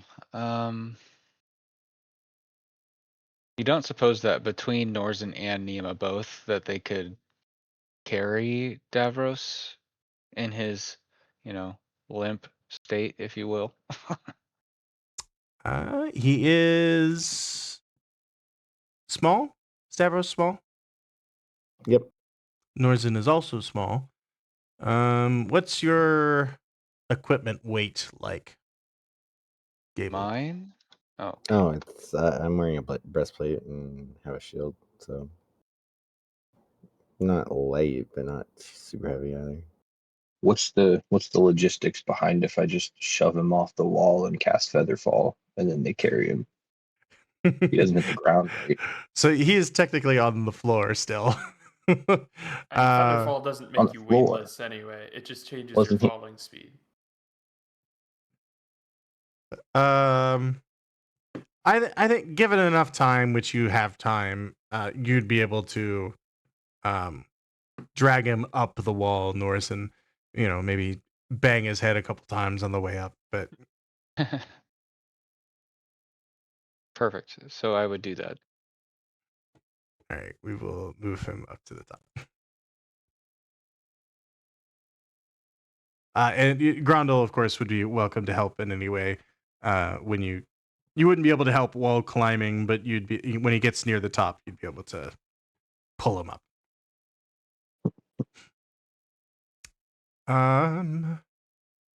So Grondel will also make the observation that Davros is breathing and conscious, but he doesn't appear to be able to move or speak. You would recognize it as he's been paralyzed, but you wouldn't necessarily have an idea on like the length of time or anything like that. He will remain paralyzed. Okay, I might have a really stupid question right now, but what typically comes in an herbalism kit? Um, You propose that I could have anything in said kit that could let's. help remedy? That's a good question. Let's see what it has listed. Variety of instruments such as clippers, mortar and pestle, pouches and vials used by herbalists to create remedies and potions. Yeah. Okay. I think given a good enough check, you'd be able to produce something that could reverse the paralyzed condition. So, what is your... So you would want like an antitoxin or something.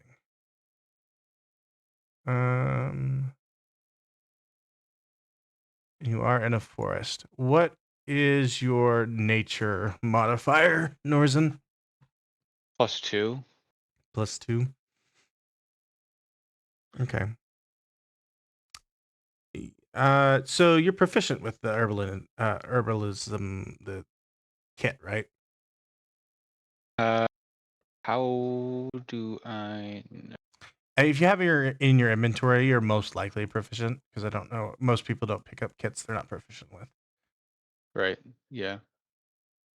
So let's say you could give me a medicine check to try and determine what kind of paralysis. I mean, clearly it's related to the poison from the spider, but just to see if you learn any other information about it. Can we add a d6 to that for bardic inspiration? You can. You could spend a bardic inspiration for that. So that's going to be a pretty good roll. We're at 23. 23. Yeah. So with a 23 medicine check, Grondel, you're kind of like helping out Norzen as he examines Davros. He kind of, checks out the puncture wounds where the fangs went in. Maybe it cleans it up a little bit. Put some antiseptic on it or something. And you come to the conclusion that Davros is currently paralyzed, and it's because of the venom from the spider. With that said, you can think of two ways to relieve the paralyzed process. With a 23, you could either attempt to remove all the poison from Davros's body, or you could try to scrounge up a remedy from the forest around you. I will say the trudge is also, I think, for simplicity's sake, he would have retreated off screen, just so we don't have Okay. to deal with that. Because you are very Cool. close to where he was hanging out. I'm going to remove him from play for this. So Norzen would relay what he found to Grondel and say, I can't suck the venom out. I have a beak. So you want to try that, or Uh, would you like me to gather supplies? Well, Well, if the I've venom, never. if the paralytic wasn't strong enough to kill him immediately, then it should wear off on its own before too long.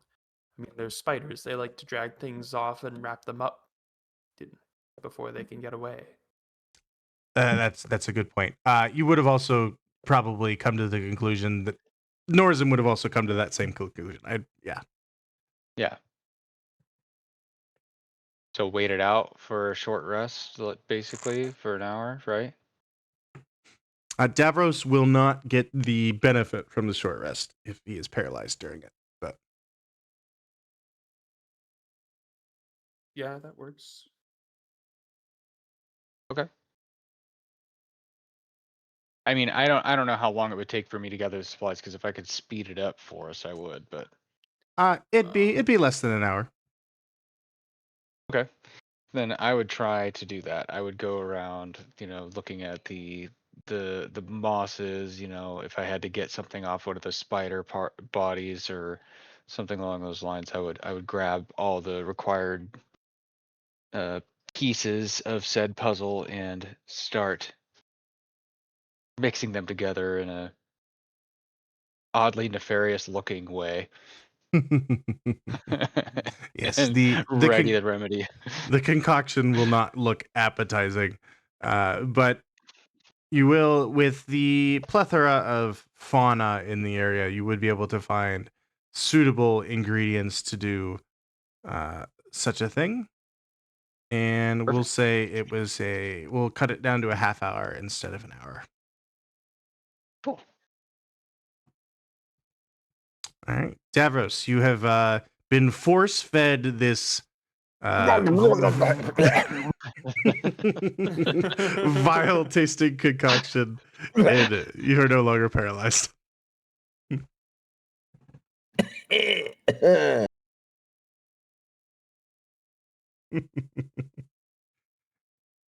Get up, wipe myself off. Right, let's get going.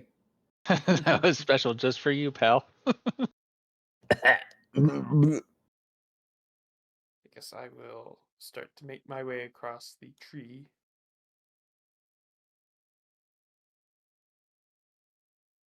Oh. No, how did your token get way out there? I don't know. On my screen, Ben, your token just flew off into the middle of no man's land on the right side of my screen. Apparently, Right it didn't there on actually my do that. screen. Okay. Apparently, it didn't actually do that, which is good. You would have seen my notes.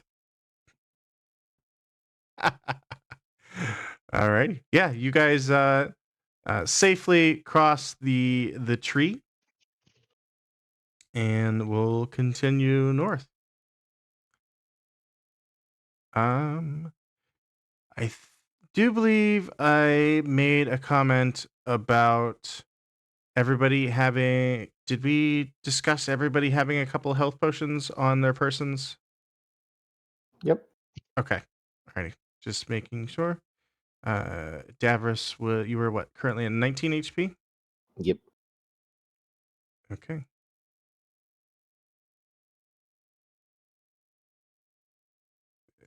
What are we? This is at this. Alright.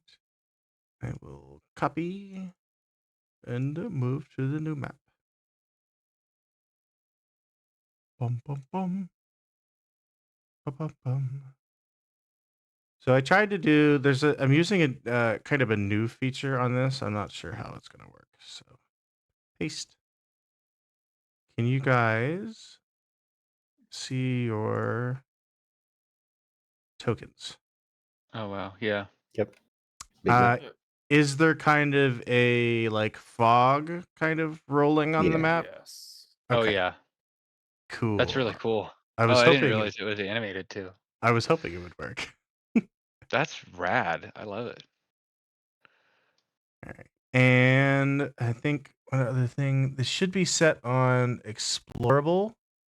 If you move a little bit and then go back, does it? Okay, it is not. does. It does. Okay. Alrighty. It doesn't hide the area you were in previously. Cool. So, you guys continue north, and the ground beneath you begins to slope downward. Kind of looking out, the whole area is coated in this dark fog that kind of flows along the ground, as you can see. You know the slow wind patterns. It kind of curves back and forth, like following the slope of the land. You can't actually see the land at this point, but you can see that the fog moves. It stays close to the ground, and it kind of flows like this, Mhm. and then out towards the north. We are going to. I guess one other thing you could see way off in the distance towards what presumably is the bottom of this hill.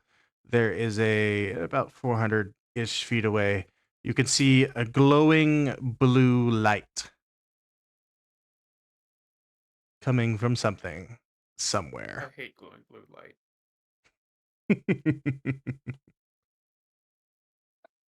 So as we move into this space, do we feel like this is probably a safer area?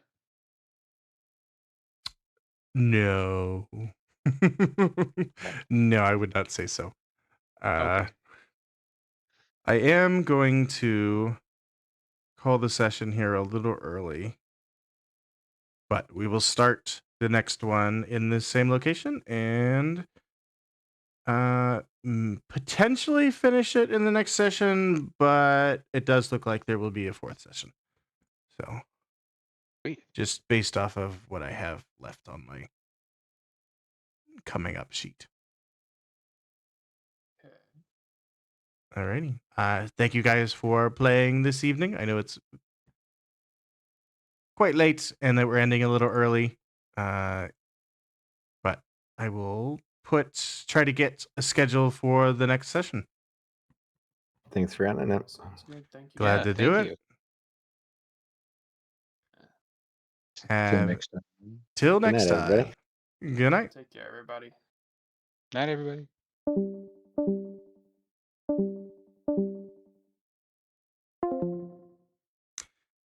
Alrighty. Thank you for watching / listening. If you made it this far, you'll have heard my thanks.